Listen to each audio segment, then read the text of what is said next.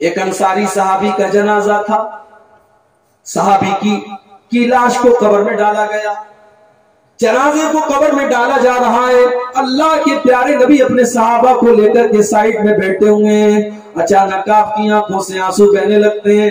جب آپ نے قبر کے بارے میں سوچا، جب قبر کے اندر ہونے والے حالات کے بارے میں سوچا، اللہ کے پیارے نبی کی آنکھوں سے آنسو بہنے لگتے ہیں اور اتنا روتے حتی بلت سرا، آپ کے آنسوں سے وہاں کی زمین بھیگ جاتی ہے۔ اس کے بعد اللہ کے نبی اپنے صحابہ سے کہتے ہیں لمثل ھذا فاعدوا یا اخوانی، اے میرے صحابہ اس قبر کی تیاری کرو، یہاں تم سب کو آنا ہے۔ اسی لیے حضرت عثمان غنی رضی اللہ تعالیٰ عنہ جب کسی قبر کے پاس سے گزرتے تھے، جب کسی قبر کو دیکھتے تھے تو زاروں قطار رونے لگتے تھے۔ سوال کرنے والے سوال کرتے تھے اے عثمان غنی کیا بات ہے، آپ قبر کو دیکھ کر کے رونے کیوں لگتے ہیں؟ کیا بات ہے، جنت کی باتیں ہوتی ہیں تو آپ نہیں روتے ہیں، جہنم کی باتیں ہوتی ہیں تو آپ نہیں روتے ہیں، لیکن قبر کو دیکھ کر کے آپ رونے لگتے ہیں، کیا بات ہے؟ عثمان غنی کہتے ہیں او لوگوں، میں نے اپنے نبی کو یہ فرماتے ہوئے سنا ہے ان القبر اول منزل من منازل الاخرہ،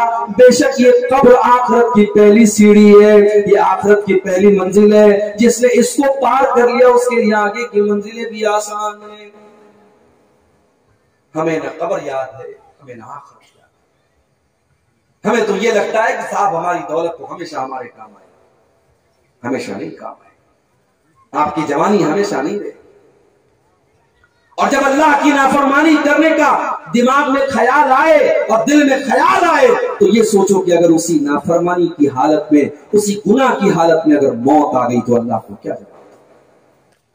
اللہ کے نبی فرماتے ہیں کل عبد یبعث علی ما مات علیہ، بندہ جس حال میں مرے گا اسی حال میں کل قیامت کے دن اٹھایا جائے گا۔ زنا کرتے ہوئے مرے گا تو کل قیامت کے دن بھی زنا کرتے ہوئے اٹھے گا، شراب کے نشے میں مرے گا تو کل قیامت کے دن نشے کی حالت میں اٹھے گا، موبائل پر ننگی تصویریں دیکھتے ہوئے مرے گا تو کل قیامت کے دن وہی تصویریں دیکھ کر کے اٹھے گا۔ کل عبد یبعث علی ما مات علیہ، بندہ جس حال میں مرے گا اسی حال میں اٹھایا جائے گا۔ میرے نوجوان ساتھیوں، سعودی عرب کا واقعہ ہے، 3 نوجوان تھے، کار سے جا رہے تھے، سعودی عرب کی سڑکیں ماشاءاللہ 1 نمبر کی سڑکیں ہیں، پوری سپیڈ سے گاڑی چل رہی تھی، تینوں موج مستی کرتے ہوئے گانا بجاتے ہوئے جا رہے تھے۔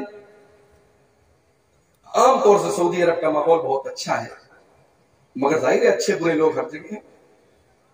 وہ تینوں نوجوان تھوڑا دین سے دور تھے، گانا بجانا کرتے ہوئے جا رہے تھے، اچانک ایکسیڈنٹ ہوا اور تینوں میں سے 2 نوجوان کو فوراً انتقال کر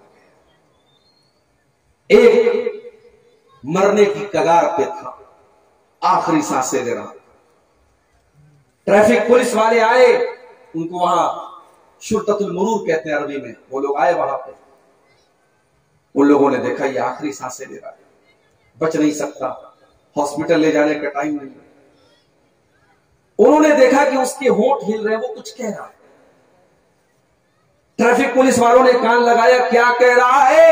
تو وہ اس نوجوان کی زبان سے الفاظ نکل رہے تھے، انا فی سقر، انا فی سقر، انا فی سقر، میں سقر میں ہوں، میں سقر میں ہوں، میں سقر میں ہوں۔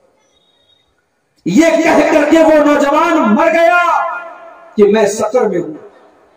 پولیس والوں کو بات سمجھ میں نہیں آئی کہ یہ کیا کہہ کے دنیا سے گیا ہے۔ اس علاقے کے عالم دین سے سوال کیا ان پولیس والوں نے، ٹریفک پولیس والوں نے، مولوی صاحب، شیخ صاحب، حضرت جی آپ بتائیے یہ نوجوان اپنے آخری ٹائم میں انا فی سقر کہہ کر کے کیوں جا رہا تھا؟ یہ کیوں کہہ رہا تھا کہ میں سقر میں ہوں؟ کیا مطلب ہے اس کا؟ شیخ صاحب نے کہا کہ آپ نے قرآن نہیں پڑھا، کیا آپ نے قرآن کا 29واں پارہ نہیں پڑھا؟ قرآن کا 29واں پارہ کھولیے، اللہ تعالیٰ فرماتا ہے جب جنتی جنت میں جائیں گے اور جہنمی جہنم میں جائیں گے تو جنتی لوگ جہنمی لوگوں سے سوال کریں گے ما سلککم فی سقر، اے جہنمیوں تم سقر میں کیوں گئے، تم جہنم کے اندر کیوں گئے؟ قالوا لم نک من المصلین، تو وہ کہیں گے ہم نماز نہیں پڑھتے تھے، وَلَمْ نَكُ نُطْعِمُ الْمِسْكِينَ، ہم غریبوں کو کھانا نہیں کھلاتے تھے، وَكُنَّا نَخُوضُ مَعَ الْخَائِضِينَ، ہم تو دین کا مذاق اڑانے والوں کے ساتھ دین کا مذاق اڑایا کرتے تھے۔ شیخ صاحب نے کہا یہ نوجوان جب انا فی سقر کہہ کر کے گیا ہے، اس کا مطلب یہ نماز نہیں پڑھتا تھا، یہ بے نمازی تھا، اور مرنے کے ٹائم جب موت کا فرشتہ اس کے پاس پہنچا ہے تو اس کو یہ ٹھکانہ دکھا دیا گیا کہ وہ جہنم میں جانے والا ہے، اس لیے اس کی زبان سے یہ الفاظ نکل گئے انا فی سقر، کہ میں سقر میں ہوں۔ میرے نوجوان ساتھیوں، اس کے پہلے کہ موت کا فرشتہ آ جائے، اس کے پہلے کہ آپ کی زندگی کا کھیل ختم ہو جائے، آپ اللہ کو راضی کرنے والے بن جائیے، آپ آخرت کی تیاری کیجیے، آخرت کے لیے کچھ کیجیے میرے بھائی۔ اور جانتے ہیں انسان یہ سمجھتا ہے کہ اسے بیکار پیدا کیا، نہیں، بیکار نہیں، انسان کو اللہ نے ایک مقصد کے لیے پیدا کیا۔ ایحسب الانسان ان یترک سدی الم یکن نطفۃ من منی یمنی، اے انسان کیا تو یہ سمجھتا ہے کہ تجھے بیکار پیدا کیا گیا ہے؟ اے انسان، جو اللہ منی کے قطرے سے تجھے جیتا جاگتا انسان بنا سکتا ہے، الیس ذالک بقادر علی ان یحیی الموتى، کیا وہ اللہ تجھے دوبارہ زندہ نہیں کر سکتا ہے؟ اے انسان، تجھے لگتا ہے کہ تو دوبارہ زندہ کیسے ہوگا؟ اگر منی کے قطرے سے اللہ تعالیٰ جیتا جاگتا انسان بنا سکتا ہے تو مرنے کے بعد تیری ہڈیوں سے اور تیرے بدن کو جو زمین کے اندر مٹی کے اندر مل جائے گا اس سے اللہ تعالیٰ تجھ کو دوبارہ زندہ کھڑا کر دے گا، اس میں کوئی حیرت کی بات نہیں ہے۔ اور دوسرے مقام پر اللہ نے قرآن میں فرمایا کہ انسان یہ کہتا ہے کہ مجھے دوبارہ کیسے زندہ کیا جائے گا؟ ایحسب الانسان ان لن نجمع عظاما، انسان یہ کہتا ہے کہ میرے مرنے کے بعد میری ہڈیوں کو اللہ تعالیٰ دوبارہ کیسے زندہ کرے گا، دوبارہ کیسے اکٹھا کرے گا؟ بلا قادرین علی ان نصوی بنانا، اے انسان تیری ہڈیاں تو بڑی دور کی بات ہے، ہم تو تیرے فنگر پرنٹ بھی تجھے لوٹائیں گے۔ آدھار کارڈ آپ جب بنوانے جاتے ہیں تو آدھار کارڈ میں ہمارے فنگر پرنٹ لیے جاتے ہیں، کیوں؟ کیونکہ جو فنگر پرنٹ عبدالغفار صاحب کا ہوگا وہ کسی اور کا نہیں ہو سکتا۔ ہر انسان کا فنگر پرنٹ دوسرے انسان سے الگ ہے، ہمارے انگوٹھے پر اور ہماری انگلیوں پر جو ریکھائیں ہیں، ہر انسان کی ریکھائیں دوسرے انسان سے الگ ہیں۔ اللہ اکبر، دنیا میں کروڑوں اربوں انسان ہیں لیکن کسی ایک انسان کا فنگر پرنٹ دوسرے انسان سے میچ نہیں کرتا۔ یہ اللہ کے کارخانے کی قدرت ہے میرے پیارے ساتھیوں۔ اللہ نے کہا کہ تو یہ کہتا ہے کہ ہم تجھے دوبارہ کیسے زندہ کریں گے؟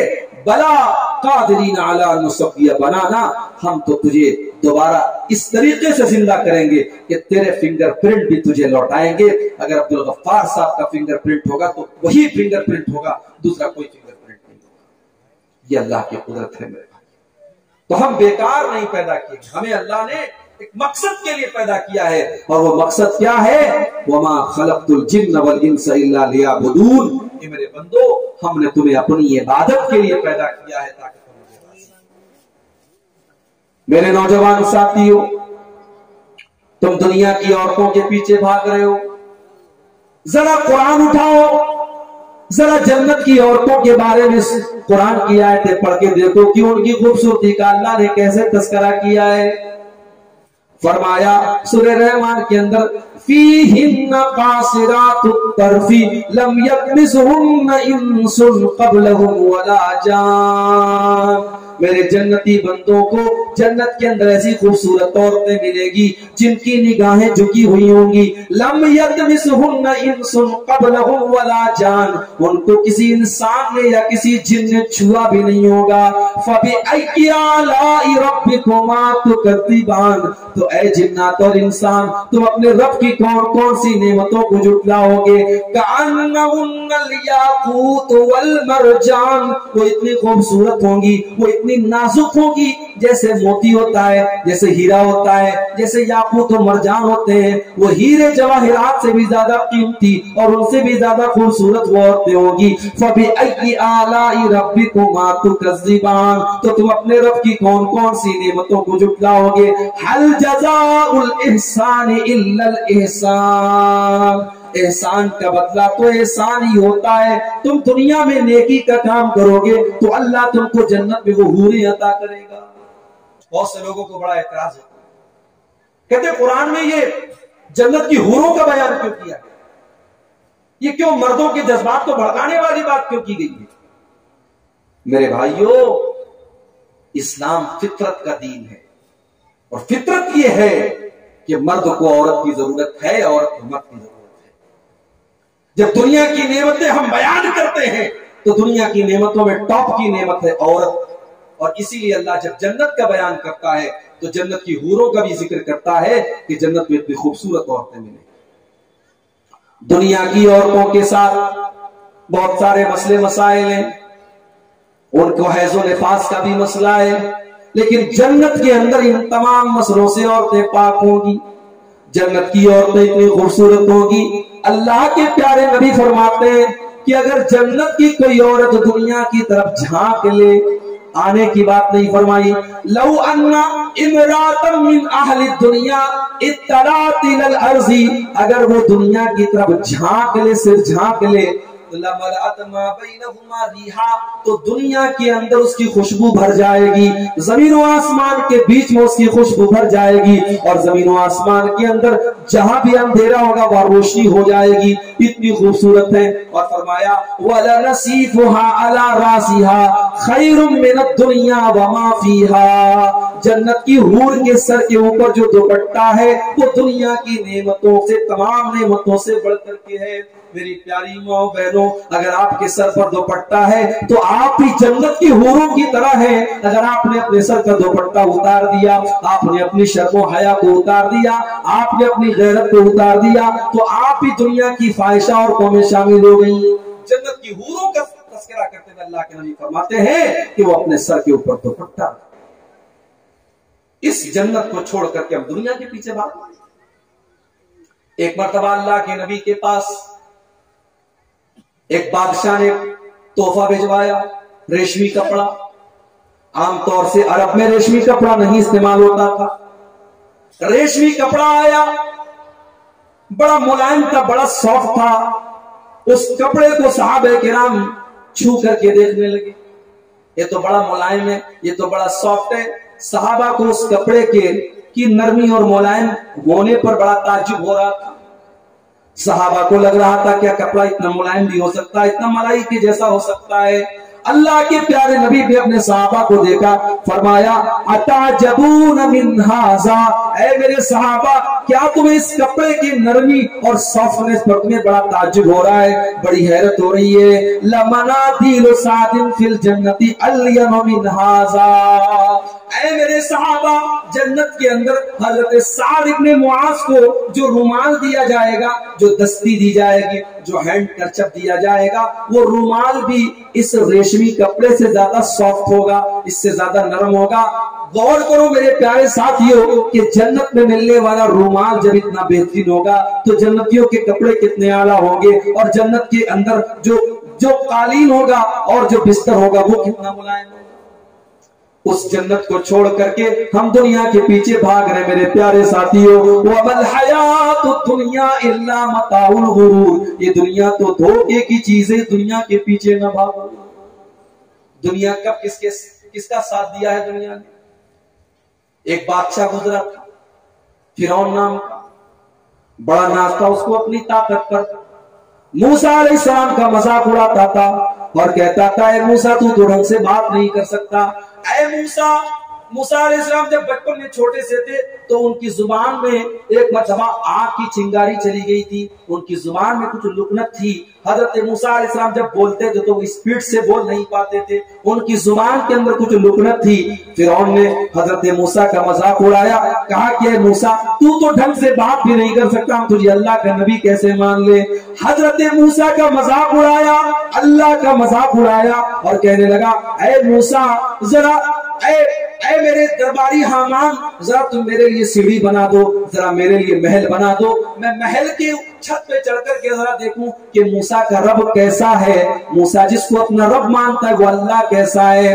فرعون نے اللہ کا مذاق اڑایا، فرعون نے موسیٰ علیہ السلام کا مذاق اڑایا اور اپنی ندیوں پر اس کو بڑا ناز تھا۔ وہ کہا کرتا تھا ہاذہ الانہار تجری من تحتی، او لوگو یہ دیکھو یہ بڑی بڑی ندیاں میری حکومت میں بہ رہی ہیں۔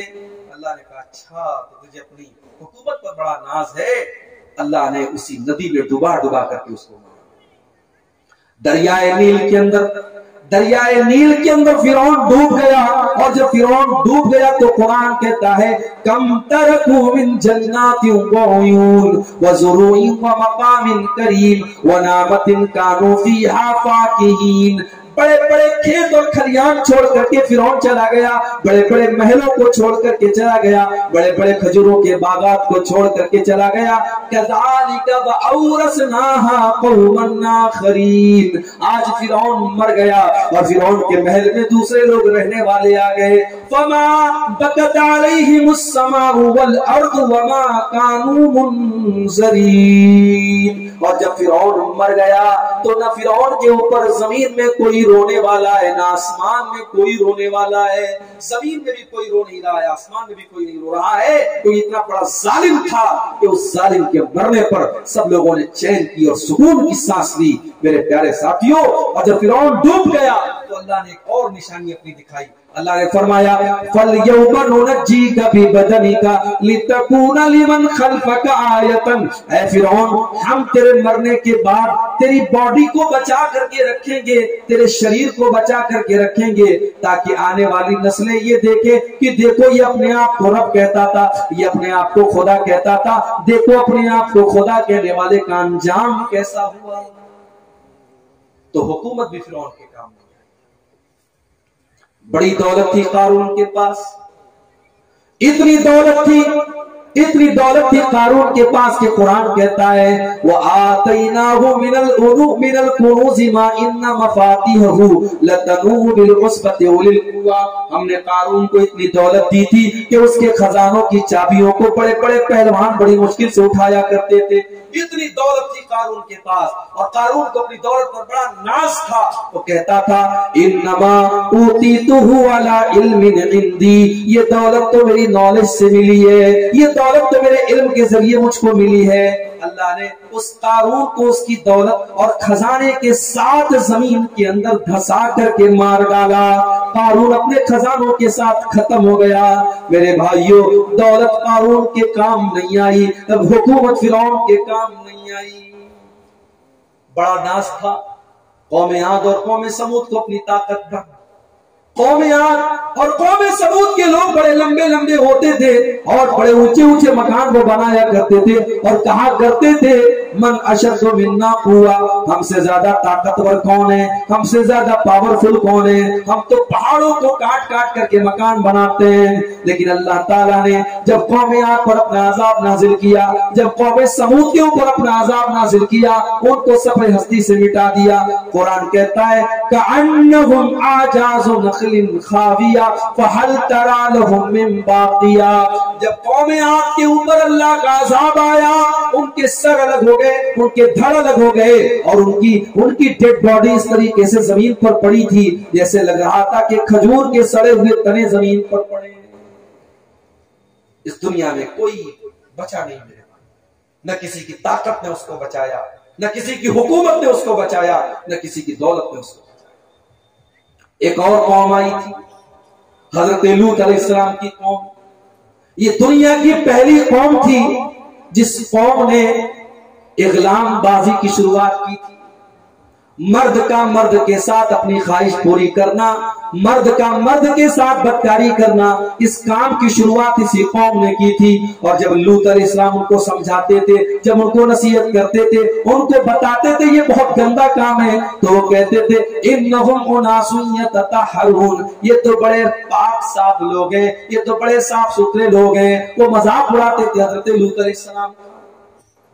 اور جب اللہ نے عذاب بھیجا تو عذاب بھیجنے کے پہلے اللہ نے فرشتوں کو انسان کی شکل میں بھیجا۔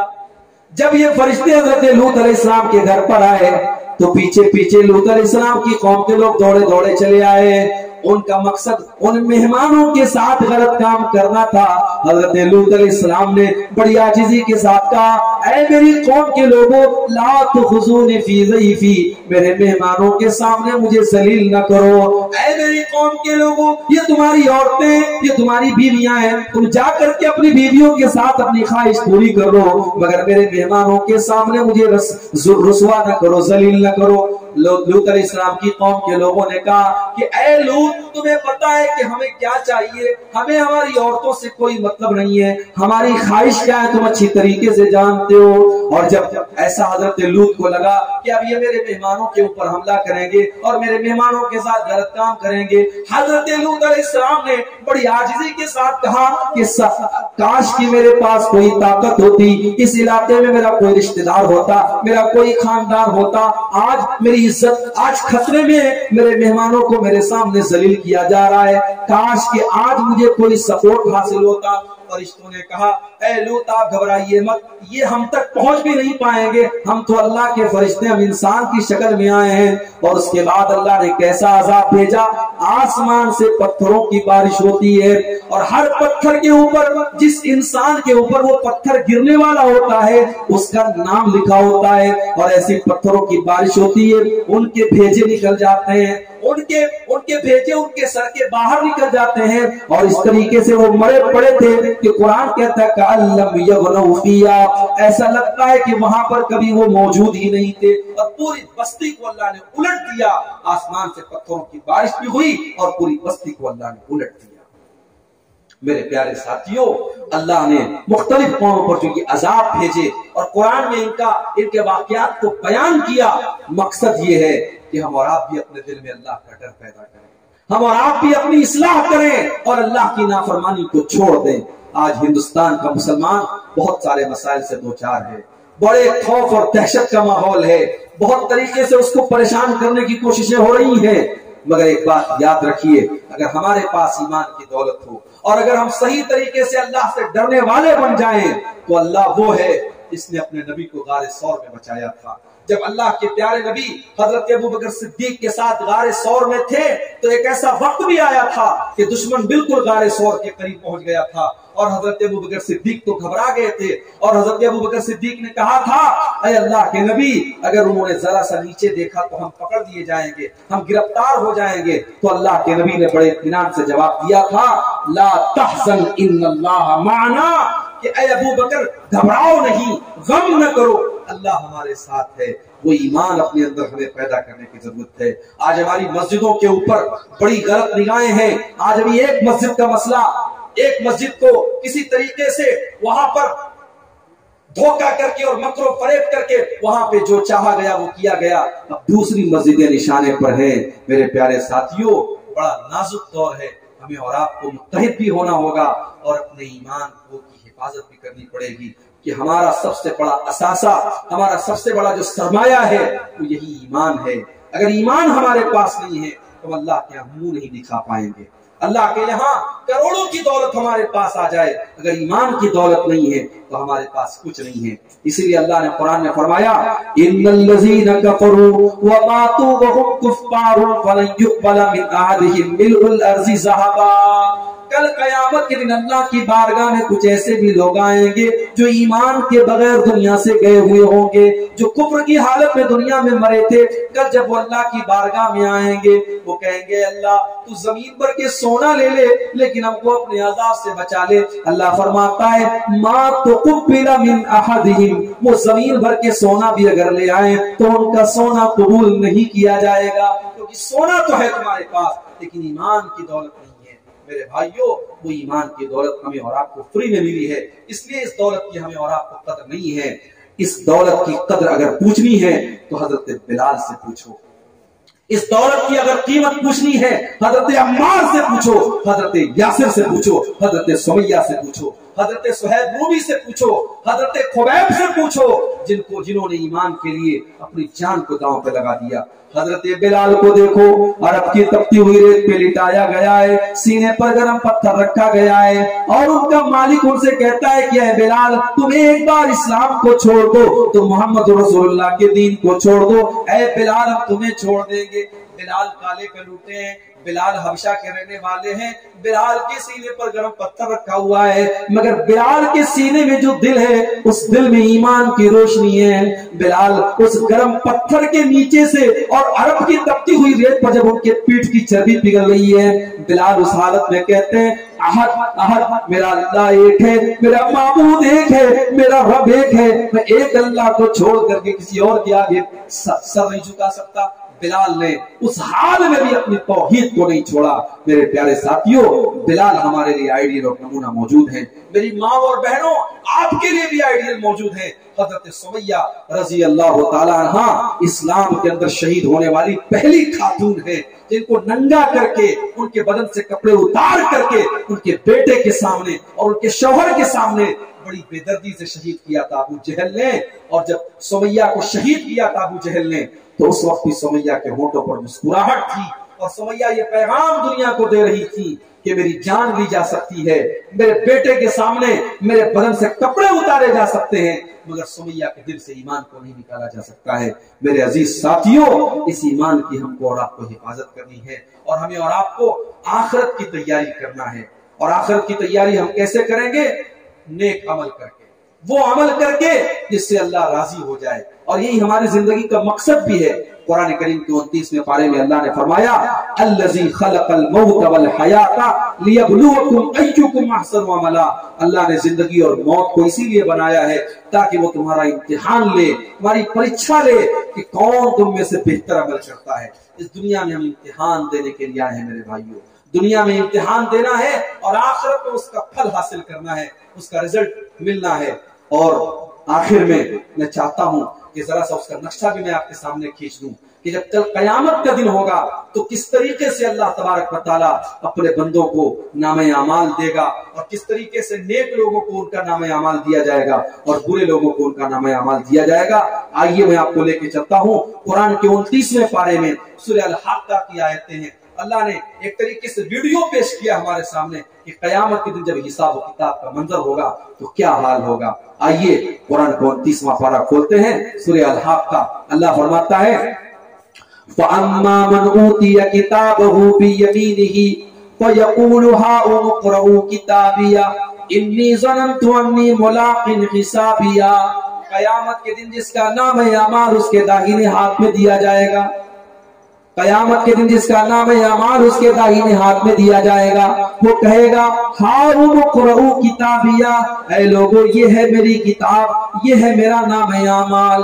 انی ظننت انی ملاق حسابیہ, مجھے یقین تھا مجھے میرا حساب مل کر کے رہے گا. جب ساری دنیا میں لوگ آرام سے نیا سال کا جشن منایا کرتے تھے, میں اپنے آپ کو اس گندگی سے دور رکھتا تھا. جب دوسرے نوجوان زناکاری اور بدکاری میں پڑے رہتے تھے, میں اپنی شرمگاہ کی حفاظت کرتا تھا. جب دوسری لڑکیاں بے پردہ گھوما کرتی تھی, میں گھر سے ہمیشہ پردے میں نکلا کرتی تھی. مسلمان عورت کہے گی انی ظننت انی ملاق حسابیہ, مجھے یقین تھا میرا حساب مجھے مل کر کے رہے گا.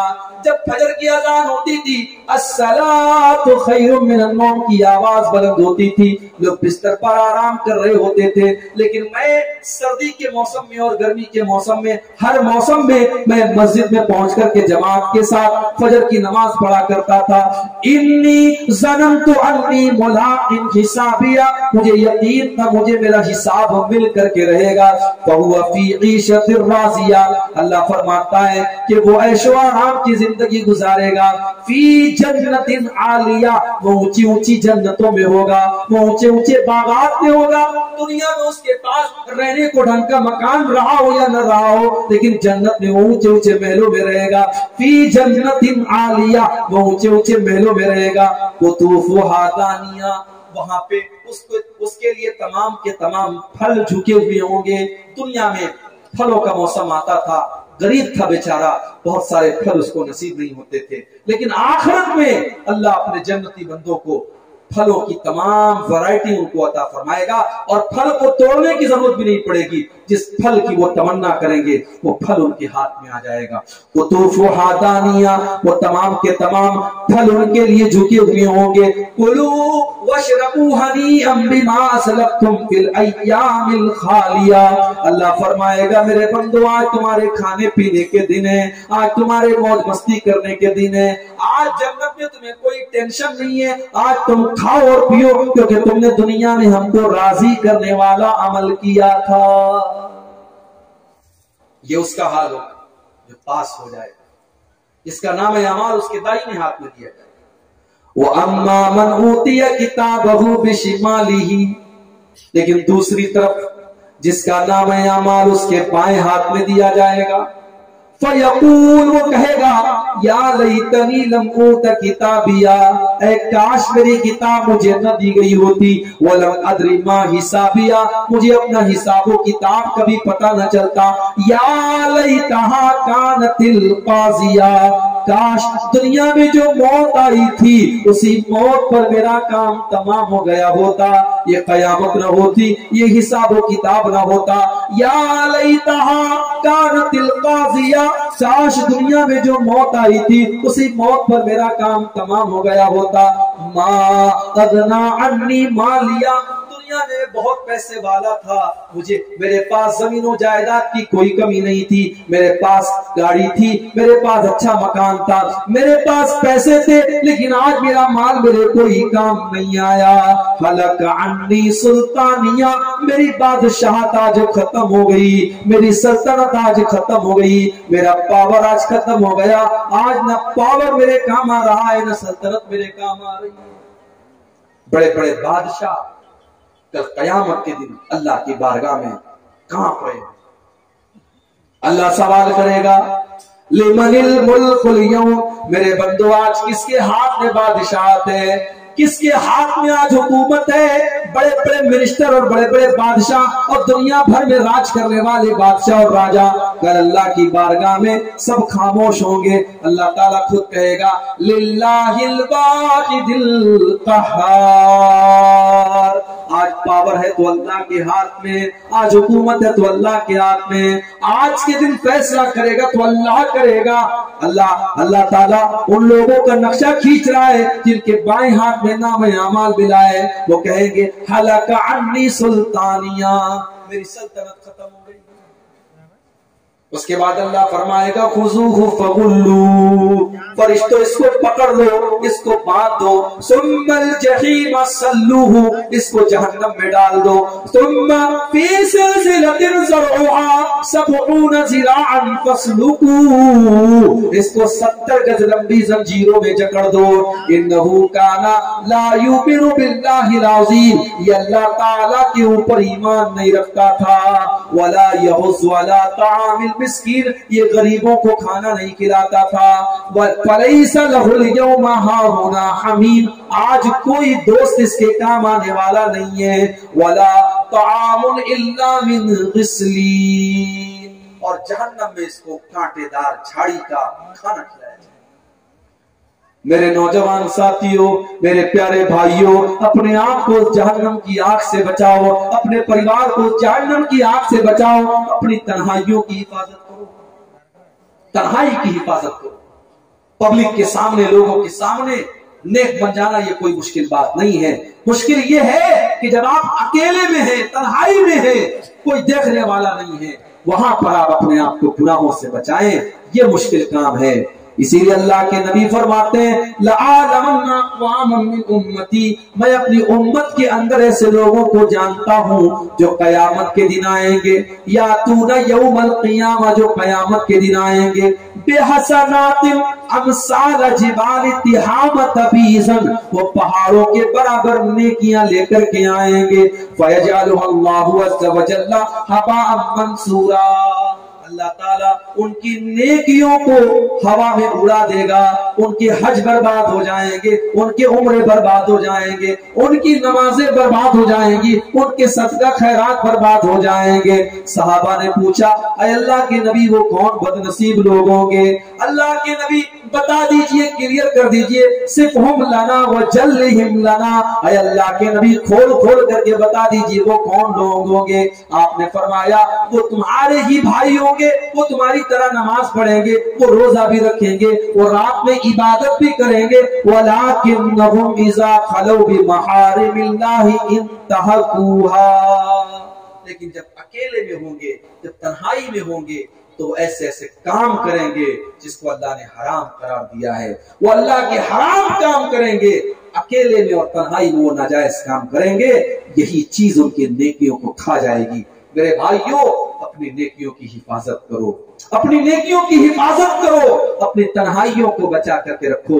کہیں ایسا نہ ہو کہ ہماری نیکیاں کل جب اللہ کی بارگاہ میں جائیں تو ہماری نیکی برباد ہو. اس لیے کہ اللہ تعالیٰ کے یہاں جو نیکیوں اور گناہوں کو تولنے کے لیے جو ترازو ہوگا, وہ ترازو بڑا خطرناک ہوگا.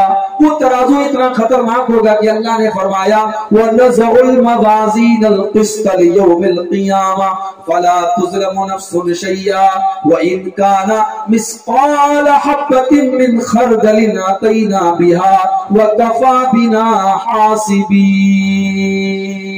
میرے بندو, ہم قیامت کے دن انصاف کا ترازو رکھیں گے اور ہم تمہارے اعمال کو تولیں گے. تمہارے گناہوں کو بھی تولا جائے گا, تمہاری نیکیوں کو بھی تولا جائے گا. ایک رائی کے دانے کے برابر بھی تم نے کوئی عمل کیا ہوگا, ایک رائی کے دانے کے برابر بھی تم نے کوئی گناہ کیا ہوگا. ہمارے اس ترازو کے اوپر تم اس کو بھی دیکھ لو گے. وَكَفَىٰ بِنَا حَاسِبِينَ, کیونکہ ہم تمہارا حساب لیں گے. اللہ حساب لے گا میرے بھائی. جب اللہ حساب لے گا تب تو ہم برباد ہو جائیں گے. اسی لیے اللہ کے نبی دعا کیا کرتے تھے اللہم حاسبنا حسابا یسیرا. اے اللہ ہمارا آسان حساب لینا, ہمارا آسان حساب لینا. اما عائشہ نے پوچھا کہ آسان حساب کا کیا مطلب ہے؟ اللہ کے نبی نے فرمایا آسان حساب کا مطلب یہ ہے کہ اللہ تعالیٰ بندے کے عمل کو دیکھے اور نظر انداز کر دے. اللہ بندے سے جانچ پڑتال نہ کرے, بندے سے پوچھ تاچھ نہ کرے. اس لیے کہ اگر اللہ نے پوچھ تاچھ کر لی تب تو بندہ کام سے چلا جائے گا, بندہ برباد ہو جائے گا. میرے پیارے ساتھیوں, حساب دینا ہے. یہ احساس اپنے دل میں ہم اور آپ پیدا کریں کہ اللہ کی بارگاہ میں حساب دینا ہے. اگر یہ احساس ہمارے دل میں پیدا ہو گیا تو انشاءاللہ ہم گناہوں سے بچیں گے اور نیکی کے کام آٹومیٹک ہم کریں گے. آج دنیا سے کرپشن اور بدعنوانی اور چوری اور تمام لوٹ مار تبھی ختم ہو سکتی ہے جب ایک انسان کو یہ احساس ہو کہ اسے اللہ کی بارگاہ میں حساب دینا ہے. ایک آخری واقعہ سنا کر کے بات ختم کر رہا ہوں کہ یہ جو چیز ہوتی ہے اللہ کی بارگاہ میں حساب دینے کا احساس, یہ چیز اگر انسان کے اندر پیدا ہو جائے تو گناہ کا موقع اسے ملے تب بھی وہ گناہ نہیں کرے گا. گناہ کا موقع ملے اور پھر بھی گناہ نہ کرے, یہ بہت بڑی بات ہے. حضرت عمر فاروق رضی اللہ تعالیٰ عنہ کے صاحبزادے ہیں عبداللہ بن عمر. عبداللہ بن عمر بڑے مشہور صحابی ہیں. سفر پہ جا رہے ہیں, راستے میں ان کو بھوک لگتی ہے, پیاس لگتی ہے. ایک چرواہے کو دیکھا کہ بکریوں کو چرا رہا ہے. حضرت عبداللہ بن عمر اس کے پاس جاتے ہیں اور کہتے ہیں بھائی کسی بکری کا دودھ تم دوہ کر کے مجھے پلا دو, میں تم اس کی قیمت دینے کے لیے تیار ہوں. چرواہا کہتا ہے یہ بکریاں میری نہیں ہیں, یہ میرے مالک نے مجھے چرانے کے لیے دی, ان بکریوں کا دودھ میں آپ کو نہیں دے سکتا. عبداللہ بن عمر کو بڑی حیرت ہوئی. ان کو لگا کہ یہ بڑا ایماندار اپنے آپ کو بنتا ہے, چلو اس کا امتحان لیتے ہیں, دیکھتے ہیں یہ کتنا ایماندار ہے.